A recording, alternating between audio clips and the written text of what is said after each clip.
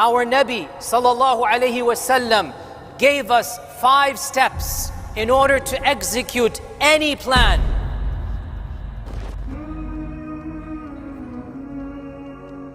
The 5-step prophetic plan. So anytime we have something we need to do, go back to this hadith. This hadith lays out for us in 5 steps what should be our methodology, our management, our modus operandi. How do we operate? Our Nabi sallallahu alayhi wasallam explained to us in a hadith narrated in Sahih Muslim by Abu Hurairah radiyallahu ta'ala an. And each of these phrases is beautiful. First phrase, it begins, المؤمن القوي أحب إلى الله من المؤمن الضعيف وفي كل خير. The skilled believer, the powerful believer, the believer who knows something, is armed, is equipped with anything, is better than the believer who does not have those skills. And both of them are good. This is the first point. We need to acquire strength, skills. المؤمن القوي, the stronger believer. Stronger in what? In anything. Stronger in physical strength, stronger in iman, stronger in management, stronger in computer programming, stronger in the knowledge of medicine. Whatever is your field, aim to be the best. The better believer is the one who knows his field better. Al-mu'min al-qawi, the stronger believer. Our scholars say stronger here in any aspect. If you know something, if you're better at a skill, if you have stronger iman, it is better than the one who doesn't in that field. So gain strengths in your field. This means skills, education, experience. That is al-mu'min al-qawi. وَفِي كُلٍّ خَيْرٍ. And there's good in all believers. There's good in all the believers. Whether you have that skill or not, you have iman, you have good in you. So that's the first point. Acquire skills. Be the better believer.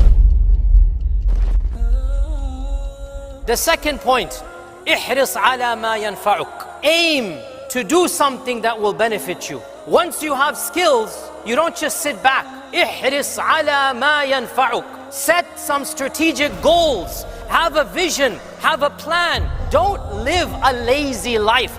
Don't live a visionless life. We have one life to live. Aspire to make the most of your life. Have the highest dreams. Have the loftiest of all visions. Do something useful with your life. This is what we're being told.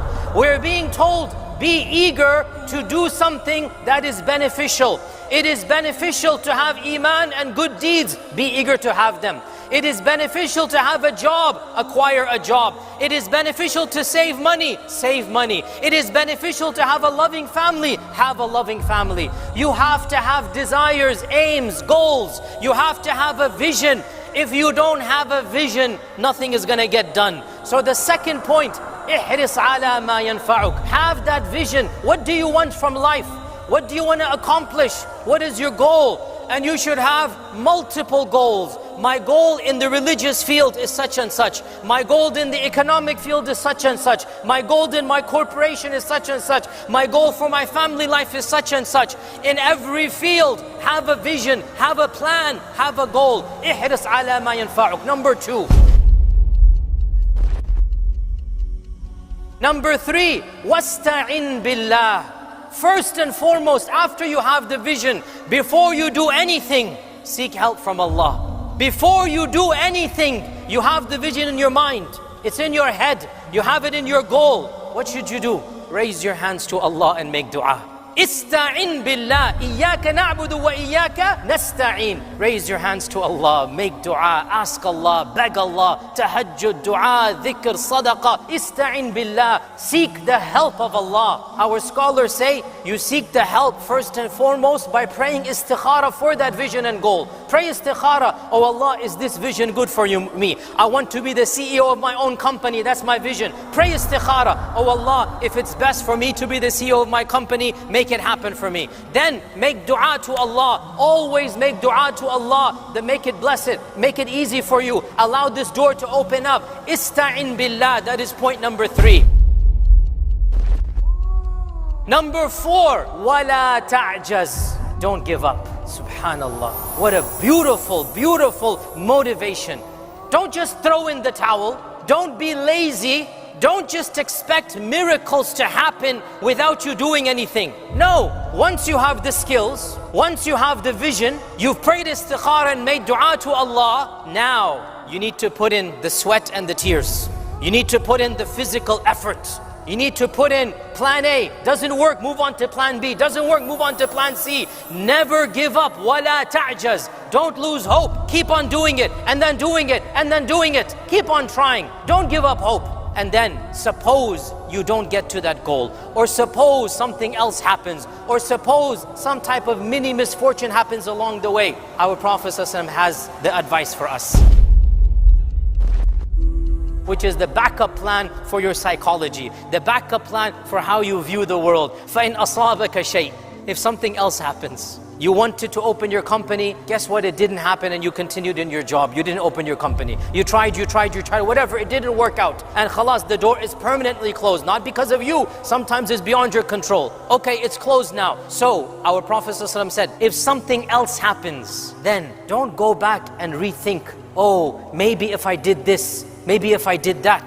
فَإِنْ أَصَابَكَ شَيْءٍ فَلَا تَقُلْ. Don't say to yourself, لَوْ أَنِّي فَعَلْتُ كَذَا لَكَانَ كَذَا. Don't go back in your mind and relive your failures and then think, what if, and how about, and maybe. No, it's happened. It was the past. So therefore, do not open up. In one hadith, in one version, he said, thinking about what if opens the door for shaitan. Shaitan creates doubts in your mind. وَلَكِنْ قُلْ. Instead, say this, قَدَّرَ اللَّهُ وَمَا شَاءَ فَعَلْ. I tried, it didn't work out. Allah's qadr was effective, and whatever Allah wants to happen will happen. قَدَّرَ اللَّهُ وَمَا شَاءَ فَعَلْ. Don't go back and relive your failures. Don't let your failures bog you down. Don't go into a type of cycle of depression or of going back in time. No, it was an opportunity. You thought it was good. You did everything right, but Allah had a better plan for you. So, khalas, that door is closed. Move on to the next chapter in your life. Learn from your mistakes. Don't blame anyone. Don't go back. Khalas, it happened. قَدَّرَ اللَّهُ وَمَا شَاءَ فَعَلْ. It was Allah's qadr, and whatever Allah wants to happen, it is going to happen. Qadr is never used to justify your future actions.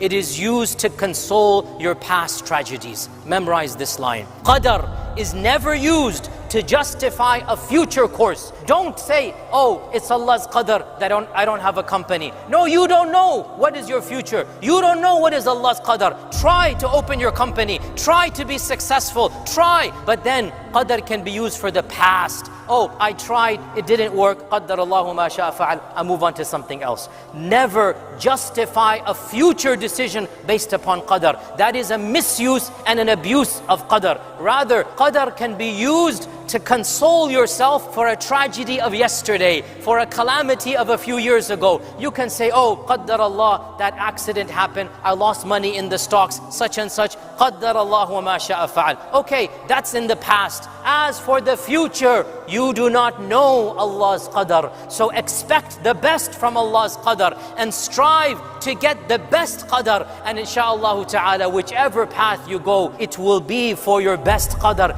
Even if you don't arrive at the qadar you wanted, Allah's qadar for you will be better than your vision of your qadar for yourself. What Allah has chosen for you is better than what you have chosen for yourself. But you need to trust Allah and you need to have the positive thoughts of Allah. So you put in the effort, you have that high vision, and whichever path you find yourself in and wherever you end up, it will be Allah's qadar that is better for you. And you only ended up there because you had positive thoughts of Allah and positive thoughts of qadar.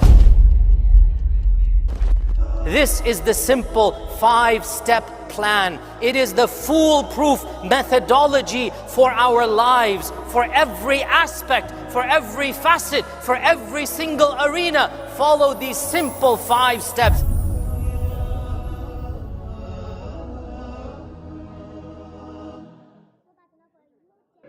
You don't become what you want. You become where your habits take you. Nothing's ever going to be given to you. Everything's going to be earned. If you don't go out there and put in the work, you don't go out and put in the effort, 1, you're not going to get the results. But 2, and more importantly, you don't deserve it. You didn't earn it. There's certain things you want out of life. You want the finest things, but you're not willing to work for them. You cry about you don't get this opportunity, you don't get this break, but you're not positioning yourself. And you're still trying to get a handout. You gotta work. It wouldn't be fair if just anybody could just get a degree and not have to work. Because guess what it would mean? It would mean your degree is worth nothing. If other people didn't have to work hard, didn't have to sweat, didn't have to stay up all night, didn't have to do research, didn't have to go to the library, didn't have to sacrifice sleep, didn't have to make sacrifices in life, if everybody just threw out degrees, they wouldn't be worth anything. You see, the only difference between the one who quits and the one who doesn't is that they showed up every day. They worked hard every day. They hustled every day. They improved every day. They did all this even though they felt like quitting every day. You putting in the work, and the only reason you pissed, the only reason you quitting is not because you want to quit, because you keep looking up and you saying we 3 in, who cares what you are? If you keep going, you're gonna break through. The only people that don't break through are the people who scoreboard watching. That's the problem with some of y'all. You stopping working to look at yourself. You not grinding, you glaring. You should be